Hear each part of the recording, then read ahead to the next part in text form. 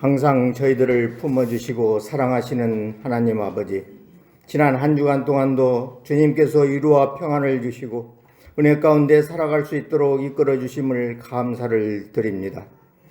이 시간 정성을 다하여 드리는 예배를 받아주시옵고 온 세상이 아름다운 꽃들과 푸르름으로 새로워짐과 같이 우리들의 영혼도 새롭게 하시어 모든 죄악으로부터 돌이켜 온전히 주님께 영광 돌리는 감사와 기쁨의 시간들로 채워주시옵소서. 내 부모를 공경하라 말씀하신 주님, 사랑과 감사의 가정의 달 5월을 주시어 그리스도의 사랑을 다시 한번 깨닫게 하시고 오늘은 특별히 어버이 주일로 지키게 하시어 안식과 위로 은혜를 가정을 통하여 얻게 하심을 감사를 드립니다. 부모님들은 자녀들을 더욱 사랑하며 자녀들은 부모님들의 은혜를 헤아리는 가운데 서로에게 감사하며 살아가는 우리 모두가 되게 인도하여 주시옵소서.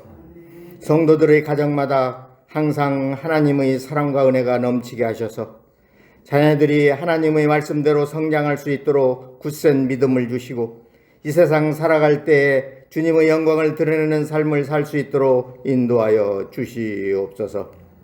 성령의 열매의 시작이 사랑인 것처럼 우리의 삶도 사랑으로 시작하여 사랑이 넘치는 가정으로 회복시켜 주시옵소서. 우리의 가정들로 인하여 사랑이 넘치는 사회를 만들며 하나님의 정의와 공의가 충만한 나라를 만들어가는 초석이 되게 하시옵소서. 지금까지 미천하고 부족한 저희들을 구속하여 주시고 하나님의 자녀 삼아 주셔서 믿음으로 살게 하시며 육신의 부모님을 주셔서 생명을 갖게 하시고 사랑으로 양육받게 해 주셨음을 감사를 드립니다. 저희들은 자녀들을 위하여 항상 희생하시고 딸마다 눈물로서 간구하시는 부모님의 모습을 기억합니다. 남은 여생 동안 영육간의 건강함을 허락하시어 친히 지켜주시고 항상 기도하며 위로받고 이 세상에서 누릴 수 있는 주님의 축복 속에 살아가게 하옵소서. 믿지 않는 부모님들의 영혼을 긍휼히 여겨주시고 저희들이 주님 앞에 눈물을 뿌려 간구하며 영혼이 구원받는 놀라운 역사도 있게 하옵소서. 질병으로 주님전을 찾지 못한 원로하신 성도님들에게도 은혜를 베풀어 주시어 주님 앞에 서는 그날까지 맑은 정신 건강한 육체를 주시고 하늘나라의 소망 가지고 기쁨과 감사가 넘치는 삶을 살아갈 수 있도록 인도하여 주시옵소서. 사랑의 주님, 주님이 세우신 또 하나의 가정인 교회 위에도 함께 하시어 주님의 자녀들이 사랑이란 이름으로 예배드리며 사랑이란 이름으로 풍성한 교제를 나눌 수 있게 하옵소서. 교회나 가정이나 사랑의 공동체를 만들어갈 수 있는 저희 모두가 되게 하시고 주님이 오시기에 잘했다 칭찬받는 가정과 교회를 세워나갈 수 있는 저희 모두가 되게 하옵소서. 서연교회를 더욱 축복하여 주시사 날마다 부흥하며 성장할 수 있도록 인도하여 주시옵고 하나님의 사랑으로 가득 찬 교회, 성령이 충만한 교회, 기도로서 강해지는 교회, 말씀으로 새로워지는 교회가 되도록 성령님께서 역사하여 주시옵소서. 오직 하나님만을 찬양하여 영광 돌리고 모든 사람들에게 하나님의 사랑과 능력을 증거하며 나타내는 교회가 되게 이끌어 주시어 이 교회를 통하여 구원받는 사람의 수가 날마다 더하게 주님께서 축복하여 주시옵소서. 오늘 예배 후에 재직회로 하나님께 영광 돌리고자 합니다. 재직의 직분을 저희에게 주셔서 주님의 몸된 교회를 위하여 충성할 수 있는 기회를 주심을 감사를 드립니다. 오늘 재직회를 통하여 은원되어지는 모든 일들이 하나님의 영광을 위한 것들이 되게 하시고 저희 교회 재직들의 마음을 하나로 묶어주시고 십자가를 나누어지는 협력자들이 다 되게 하여 주시옵소서. 이 시간 말씀을 들고 단위에 서시는 목사님, 성령의 능력으로 붙들어 주셔서 영육간에 강건하게 하시고 하나님의 말씀을 능력 있게 전하게 하옵소서. 선포되는 말씀을 통하여 하나님의 사랑을 다시 한번 깨닫게 하시고 하나님의 사랑을 받은 저희들의 마음속에 자리 잡고 있는 미움과 질투와 교만이 사라지게 하시고 우리의 부족함이 채워지는 귀한 은혜의 시간 되게 하옵소서. 이 시간 뜻하지 않은 병마와 예기치 못한 환난 가운데 고통당하고 있는 성도들, 여러 가지 힘든 문제들을 안고 주님 전에 나온 성도들도 있습니다.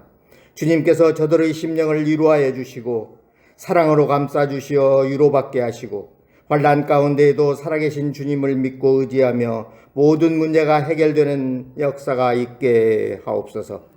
질병 가운데 있는 성도들을 주님의 능력의 손으로 어루만져 주셔서 고침받게 하시고 원전히 회복되어 주님께 영광 돌릴 수 있게 하여 주시옵소서. 오늘 또 주님의 몸된 교회를 위하여 사랑으로 봉사하며 섬기는 손길들과 찬양대를 기억하사 은혜를 베풀어 주시고 저들의 충성과 헌신을 통하여 주님의 몸된 교회가 더욱 사랑이 넘치는 아름다운 교회가 되게 하여 주시옵소서. 성령님께서 이 예배 가운데 임재하셔서 이 예배를 친히 인도하여 주시옵기를 간절히 원하오며 거룩하신 예수님의 이름으로 기도드리옵나이다. 아멘.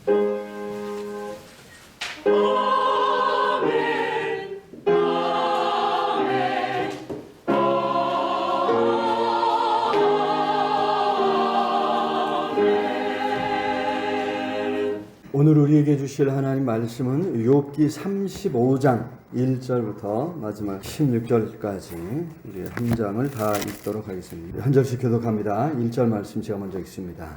엘리후가 말을 이어 이르되 그대는 이것을 합당하게 여기냐 그대는 그대의 의가 하나님께로부터 왔다는 말이냐 그대는 그것이 내게 무슨 소용이 있으며 범죄하지 않는 것이 내게 무슨 유익이 있겠느냐고 묻지만은 내가 그대와 및 그대와 함께 있는 그대의 친구들에게 대답하리라.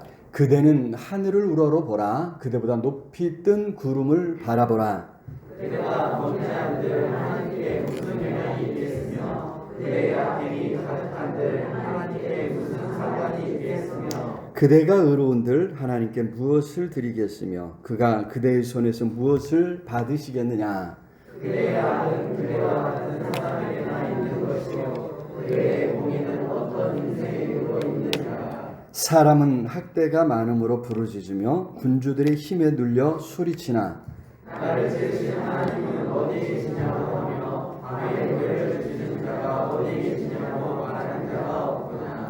땅의 짐승들보다도 우리를 더욱 가르치시고 하늘의 새들보다도 우리를 더욱 지혜롭게 하시는 이가 어디 계시냐고 말하는 이도 없구나. 그의 악인의 교만으로 말미암아 거기에서 부르짖으나 대답하는 자가 없음은 헛된 것은 하나님이 결코 듣지 아니하시며 전능자가 돌아보지 아니하심이라. 하물며 말하기를 하나님은 배울 수 없고 이를 판단하시는 그 앞에 있으니 나는 그를 기다릴 뿐이라 말하는 그대의 가오냐. 그러나 지금은 그가 진노하심으로 벌을 주지 아니하셨고 악행을 끝까지 살피지 아니하셨으므로 욥이 헛되이 돌려 지시고는 말을 많이 하는구나. 아멘. 이 시간 할렐루야 찬양돼서 하나님 앞에 찬양으로 영광 돌리겠습니다.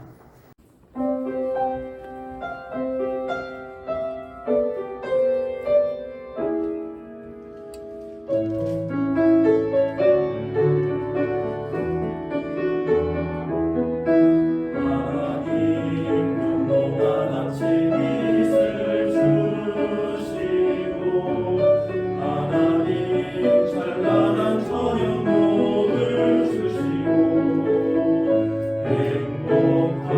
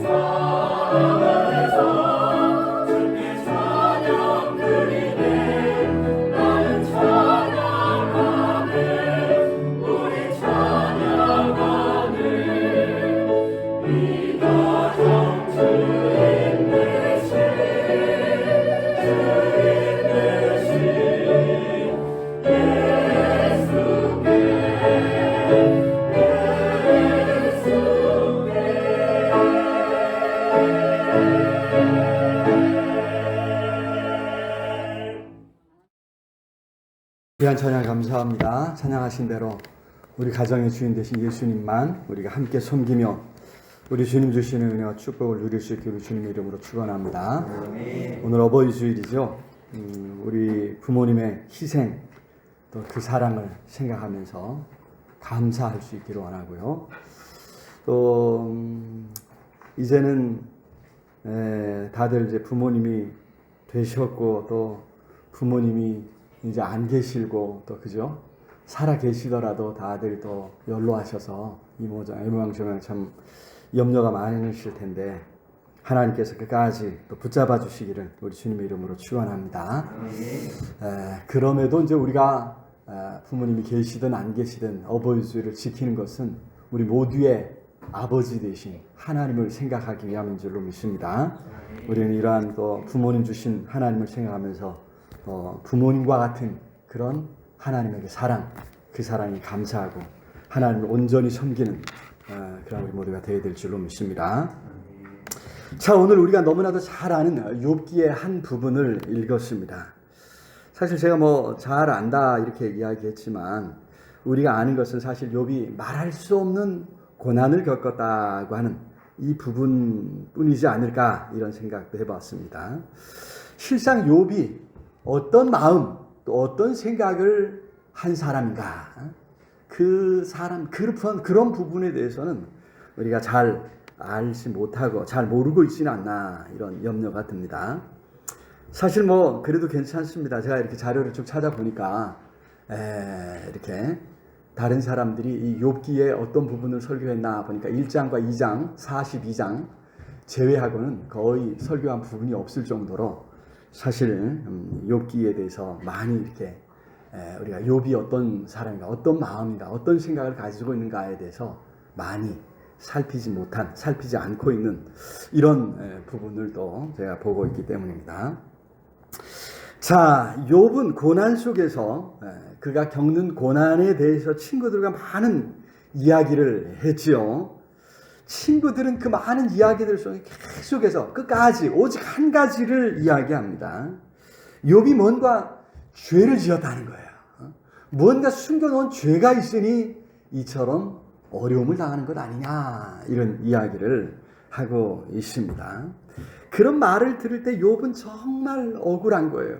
나는 그런 게 없다는 거죠. 그래서 이제 긴 논쟁이 시작되고 있습니다.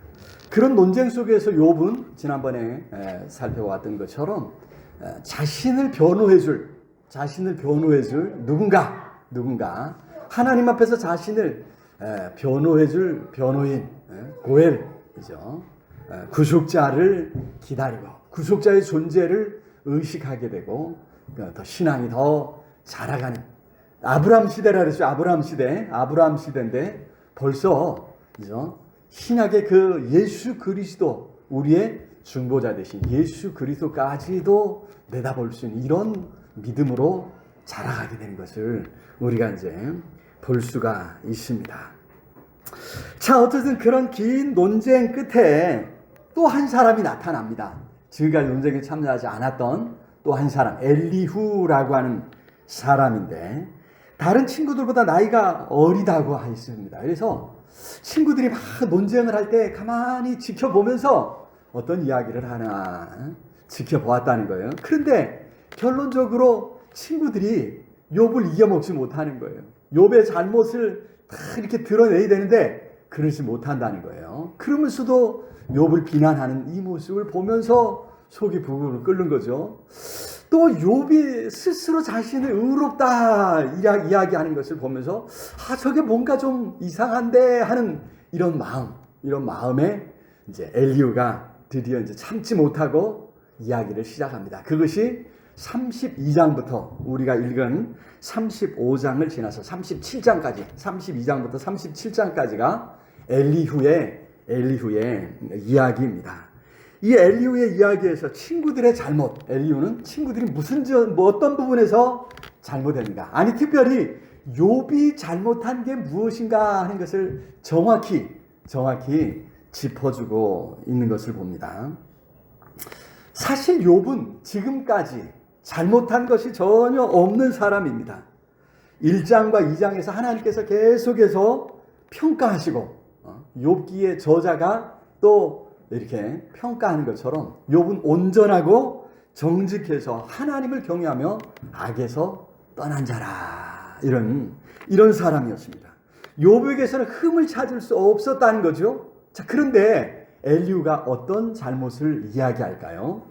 여러분, 죄인인 인간의 마음 깊은 곳에 있던 죄악의 찌꺼기들이 고난 속에서 드러나고 있다고 하는 사실입니다. 웅덩이가 잠잠할 때 물이 맑지요. 맑아서 밑에까지 다 보일 것 같아요. 그런데 누군가가 들어가서 그 웅덩이에서 펑펑펑 뛰어다닙니다. 그럼 어떻게 돼요? 밑에 있던 찌꺼기들이 다 드러나면서 어떻게 흙탕물이 되고 말지 않습니까? 마찬가지.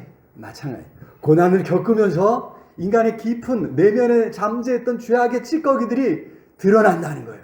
드러났다는 것입니다.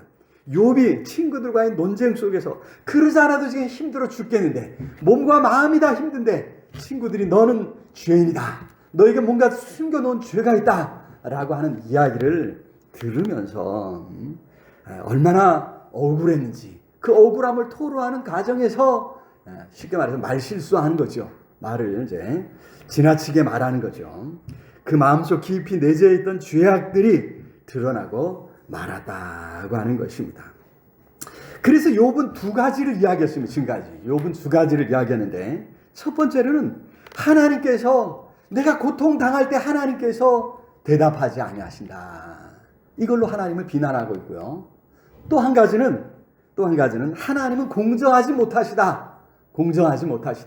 공정하신 분이라면 어떻게 내게 이런 환난을 허락하시느냐. 그래서 하나님을 비난하고 있습니다. 하나님께서 대답하지 아니하신다, 하나님은 공정하지 아니하신다, 두 가지로 하나님을 비난하고 하나님을 비난하고 있다고 하는 이야기죠. 왜 그런 생각을 하게 되었을까? 왜 그런 결론에 도달하게 되었을까? 오늘 엘리후는 오늘 32장에서 그죠? 엘리후가 말을 이어 이르되, 이렇게 35장에서 이야기하죠. 엘리후가 말할 때 인간이 전적으로 자기중심적이기 때문이라 이야기하고 있습니다. 자기중심적으로 생각하고 판단하고 모든 일들을 이제 결정하기 때문에 거기서 죄에 빠지게 된다는 거죠. 그러면서도 자기가 무엇을 잘못했는가, 이거를, 그죠? 내 중심이기 때문에 내가 보고 내가 옳고 내가 생각하기에 맞다, 그러니 나는 틀리지 않았다는 이런 결론에 도달한다는 거죠. 하지만 우리가 금방 뭐가 잘못인지 깨닫는 것처럼 세상에서 윤리적인 기준, 아니 우리 삶의 기준이 우리 자신일 수는 없다는 것이죠. 아니 그래서도 안 되지 않겠습니까? 그래서 36장에서 이 다음에서 이제 엘리후는 하나님이 어떤 분이신가, 우리 삶의 진정한 기준이 되시는, 표준이 되셔야 되는 하나님은 어떤 분이신가. 하나님은 너무 크신 분이시라는 것입니다. 하나님께서 다스리시고 관여하신 이 세상도, 이 우주가 얼마나 큰지, 그 우주의 역사가 얼마나 긴지, 여러분 그 조그만 지구 안에 살면서, 그것도 잠깐, 그죠? 흘러가는 한 100여 년 살면서 그 크신 하나님의 일을 어떻게 다 생각하고 이해하고 그것에 대해서 옳다 그르다 말할 수 있겠느냐. 이것이 이제 엘리후의 이야기입니다. 자, 하나님이 그렇게 크신 분이신데 그 하나님을 중심으로 생각하고 뭔가를 판단하고, 그죠? 결정을 해야 될 줄로 믿습니다. 하지만 내 중심으로 생각하면 반드시 틀릴 수밖에 없다. 잘못될 수밖에 없다고 하는 말씀입니다. 오늘 우리의 사회가, 오늘 우리가 사는 세상이 얼마나 변화가 많습니까? 우리의 가치관과 세계관의 급격한 변화를 경험하고 있습니다. 그 변화의 폭과 그 변화의 속도가 너무 크고 또 빠르지 않습니까? 특히 이제 가정의 달이라 이야기하는데 가정의 윤리가 크게 변화했습니다. 그래서 더 이상 이제 공경이라든가 어른을 공경한다거나 또 어떤 헌신한 자녀들을 위한 부모님의 헌신에 대해서 이야기하면 뭐라 그래요?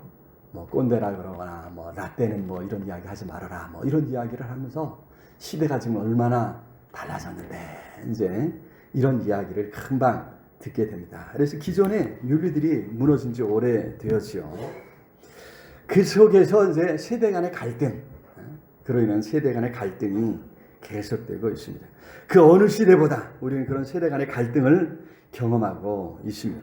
문제는 우리 사회가 이런 것에 대해서 어떤 문제의식을 가지고 어떤 통합을 위한 노력들을 하고 있지 못하다는 것, 이것이 또 더 우리가 염려해야 될 부분이 아닌가 이런 생각을 해보게 됩니다.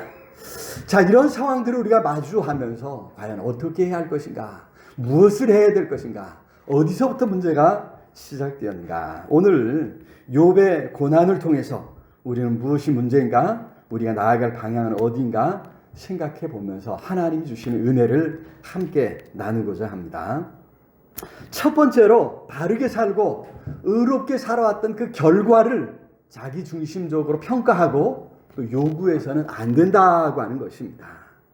그렇지 않습니까? 의롭고 깨끗하게, 내가 의롭고 깨끗하게 살았으니까 뭔가 그에 대한 합당한 대접을 받아야겠습니다. 이런 이야기를 한다는 거죠.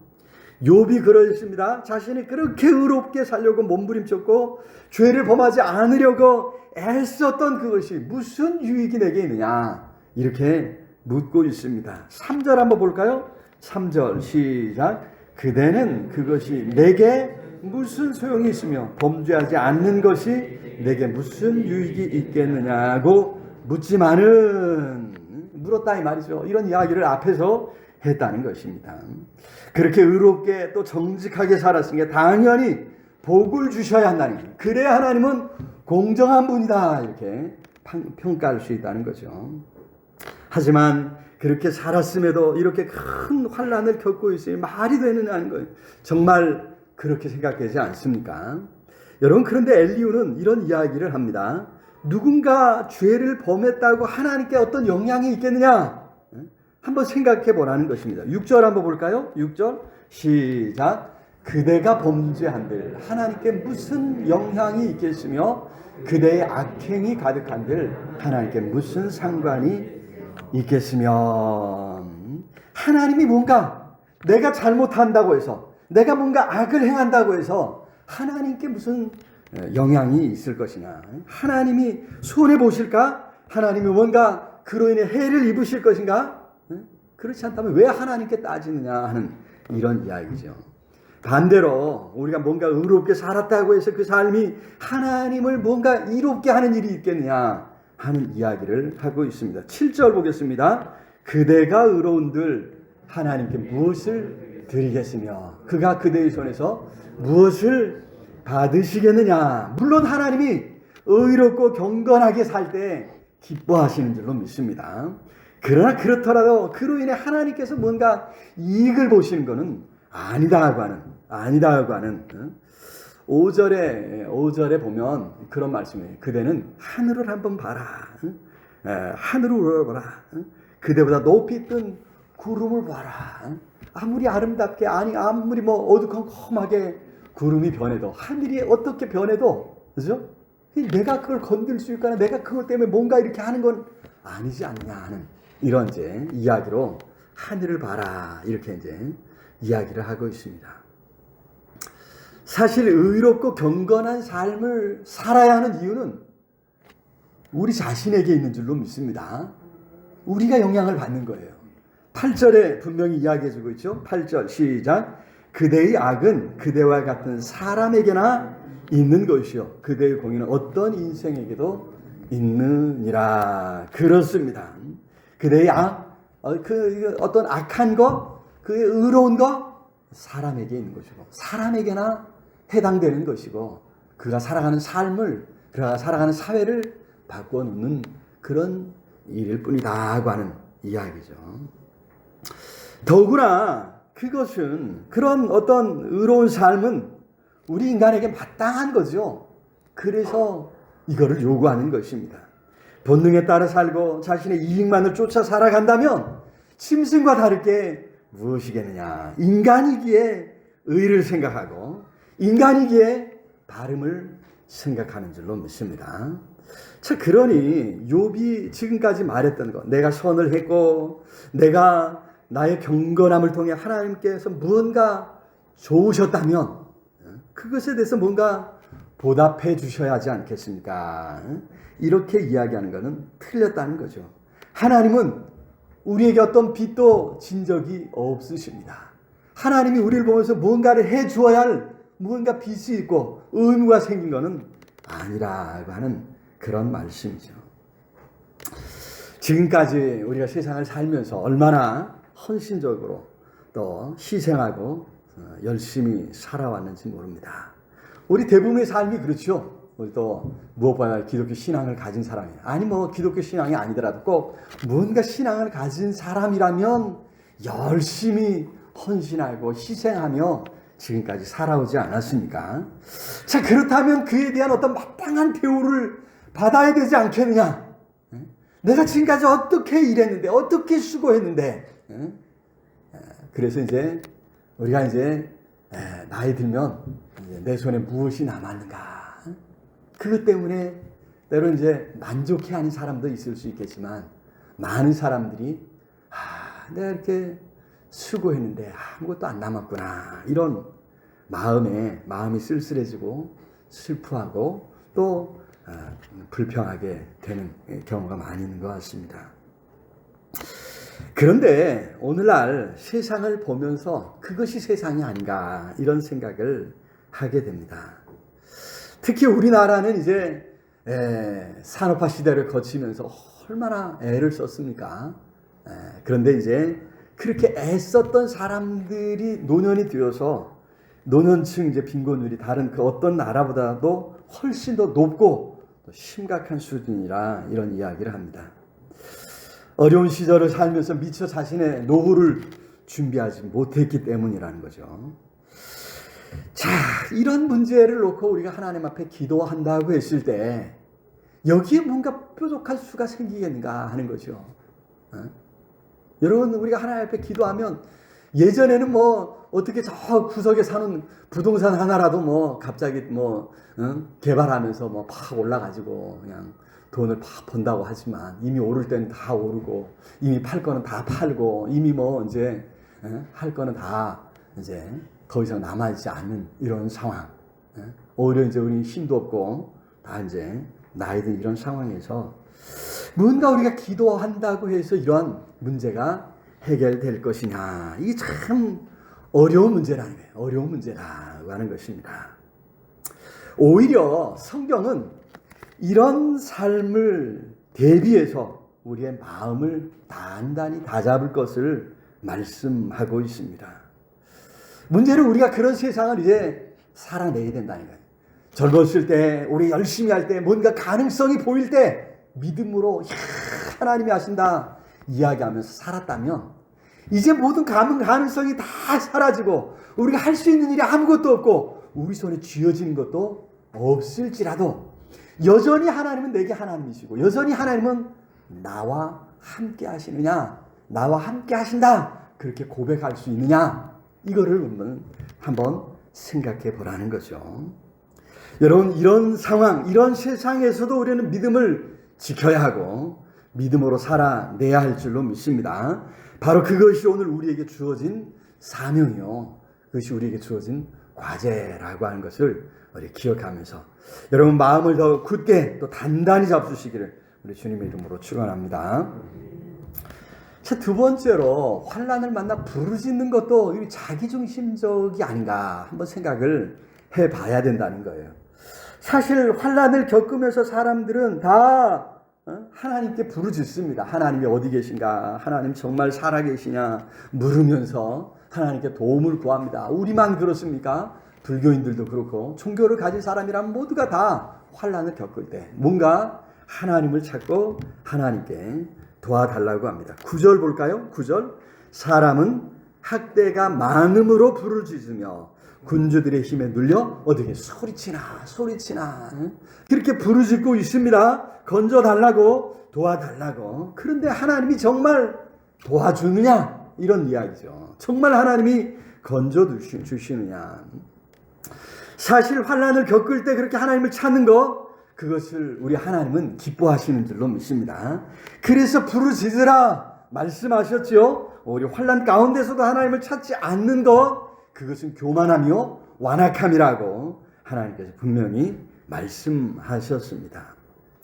그런데 실상 세상은요, 가만히 보면 정말 하나님을 찾고 하나님께 부르짖는가 한 번 더 뒤집어 보라는 거예요.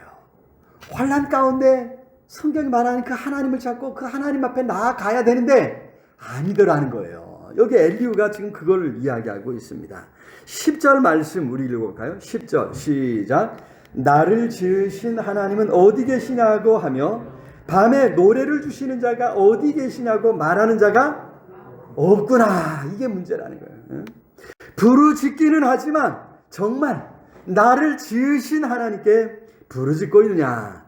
인생의 한밤중을 만났습니다. 그런데 그 인생의 한밤중, 그 깊은 밤중에서도 노래하게 하시는 하나님, 그 하나님을 찾고 그 하나님을 의지하고 그 하나님께 묻고 있느냐 하는 것입니다. 보니까 그런 사람이 없더라는 것입니다. 여러분, 그래서 하나님도 그런 사람들을 외면하신다는 거죠. 13절로 넘어가 볼까요? 13절. 헛된 것은 하나님이 결코 듣지 아니하시며 전능자가 돌아보지 아니하심이라. 그렇습니다. 헛된 것이라고 했는데, 하나님을 온전히 의지하지 않으면서도 하나님 뭔가 도움이 필요할 때만 하나님 하고 부르면 그건 하나님을 기만하는 거죠. 하나님 앞에 그건 전혀 가치가 없는, 들을 가치가 없는 일이라고 하는 말씀입니다. 하나님께서 듣지 아니하신다.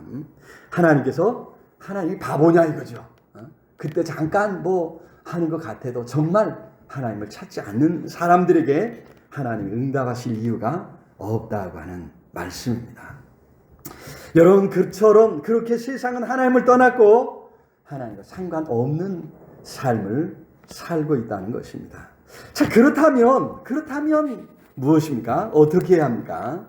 우리는 환난 가운데서 더욱 하나님을 찾고 하나님의 뜻이 어디 있는가? 하나님이 무엇을 원하시는가? 하나님이 무엇을 하고 계시는가? 이것을 생각해야 될 줄로 믿습니다. 우리 같이 한번 읽어볼까요? 시작. 환난 가운데 하나님의 뜻을 찾고 하나님의 뜻을 추구해야 될 줄로 믿습니다. 자, 여기 14절을 한번 읽어볼까요? 14절 시작. 하물며 말하기를 하나님은 배울 수 없고 이래 판단하시면 그 앞에 있으니 나는 그를 기다릴 뿐이라 말하는 그대일까 보냐. 여기 이제 엘리후가 욥이 앞서 했다는 말을 들어서 이제 책망하는 부분이에요. 책망하는 부분인데 이 말이 흐름에서 조금 이렇게 좀 틀어졌고 이 부분을 이제 주석들을 찾아보면 굉장히 이제 논란이 많습니다. 이거를 어떻게 해석해야 되느냐 논란이 많이 있습니다. 앞에서 욥이 했던 말의 진위가 무엇이냐? 이게 이제 사실 굉장히 좀 그 욥의 말이 굉장히 길거든요. 그래서 이제 욥이 이제 막 그 고난 가운데 탄식하는 이야기, 불평하는 이야기가 액면 그대로 문자 그대로 하나님을 원망하고 불평하는 거냐? 요거를 이제 잘 이제 그 의미를 진위를 살펴야 되는 거예요. 그 다음에 엘리후의 판단이 또 옳은가? 이거는 또 생각을 해봐야 돼.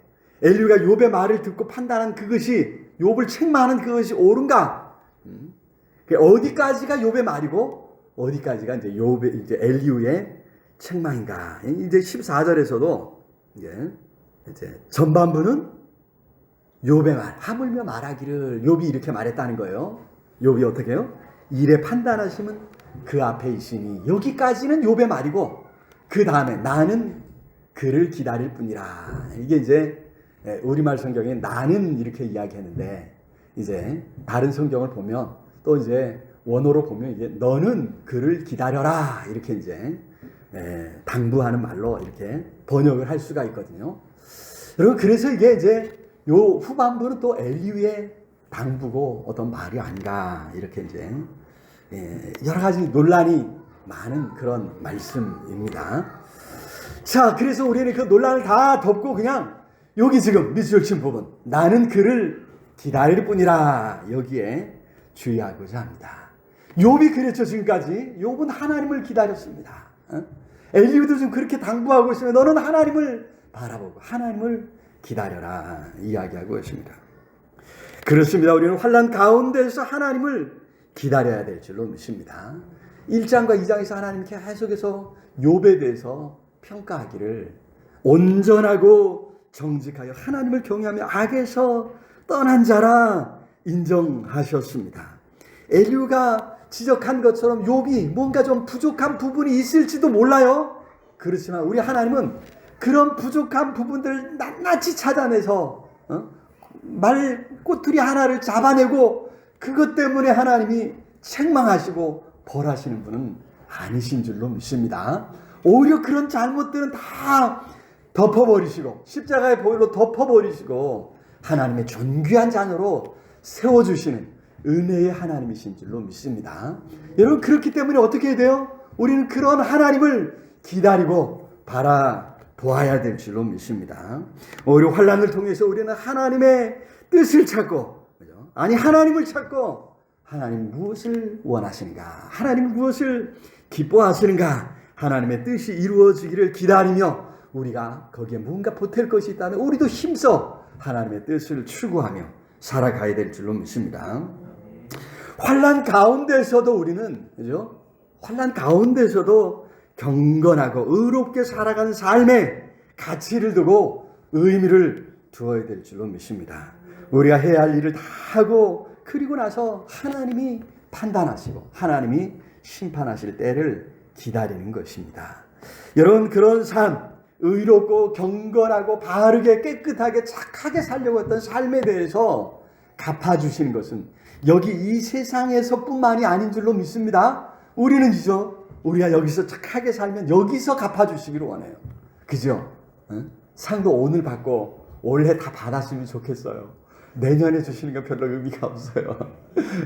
올해 좀 계획했던 일이 잘 됐으면 좋겠다. 이것이 이제 우리의 마음인데, 참 하나님은 이런 부분에서 참 너무 잘 기다려주시는 것 같아.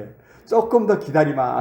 하나님이 그러셔서 참 서운할 때가 많이 있습니다만은, 여러분, 우리가 이 땅에서 살아간 삶에 대한 대가는 여기 이 세상에서 주어지는 것이 아니라고 하는 것입니다. 15절 볼까요? 15절 시작. 그러나 지금은 그가 진노하심으로 벌을 주지 아니하셨고 악행을 끝까지 살피지 아니하셨으므로. 여러분 생각해보세요. 욥이 지금 그렇게 지금 큰 환난을 겪었는데 아직 아니라는 거예요. 아직 다 드러내신 게 아니라는 거예요. 아직 다 완전한 심판이 주어진 것이 아니다고 하는, 아직 최후의 심판을 기다리라라고 말씀하고 있습니다. 여기서 다 받고 싶지만 영원한 하나님 나라에서 하나님 앞에서 하나님께서 다 갚아주실 것이라 약속하셨습니다. 그때를 기다리며 오늘은 믿음으로 살아가고 온전하고 정직하게 살아갈 수 있기를 우리 주님의 이름으로 축원합니다. 자, 그런데도 감사해야 할 것은요, 꼭 그렇게 최후 심판의 날을 기다리게만 하신 것은 아니라고 하는 것입니다. 하나님께서 친히 우리의 삶에 찾아오셔서 길과 진리와 생명이 되어주신 줄로 믿습니다. 요한복음 14장 6절 말씀에 그랬죠. 우리 같이 읽어볼까요? 시작. 예수께서 이르시되 내가 곧 길이요 진리요 생명이니 나로 말미암지 않고는 아버지께로 올 자가 없느니라. 그렇습니다. 예수께서 친히 세상에 오셔서 길과 진리와 생명 되어주셨다.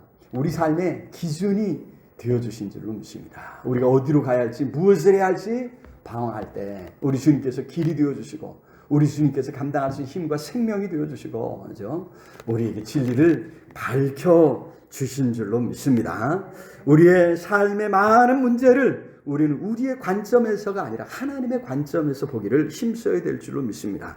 그래야 문제가 풀리고 해결되고 또 이해될 줄로 믿습니다.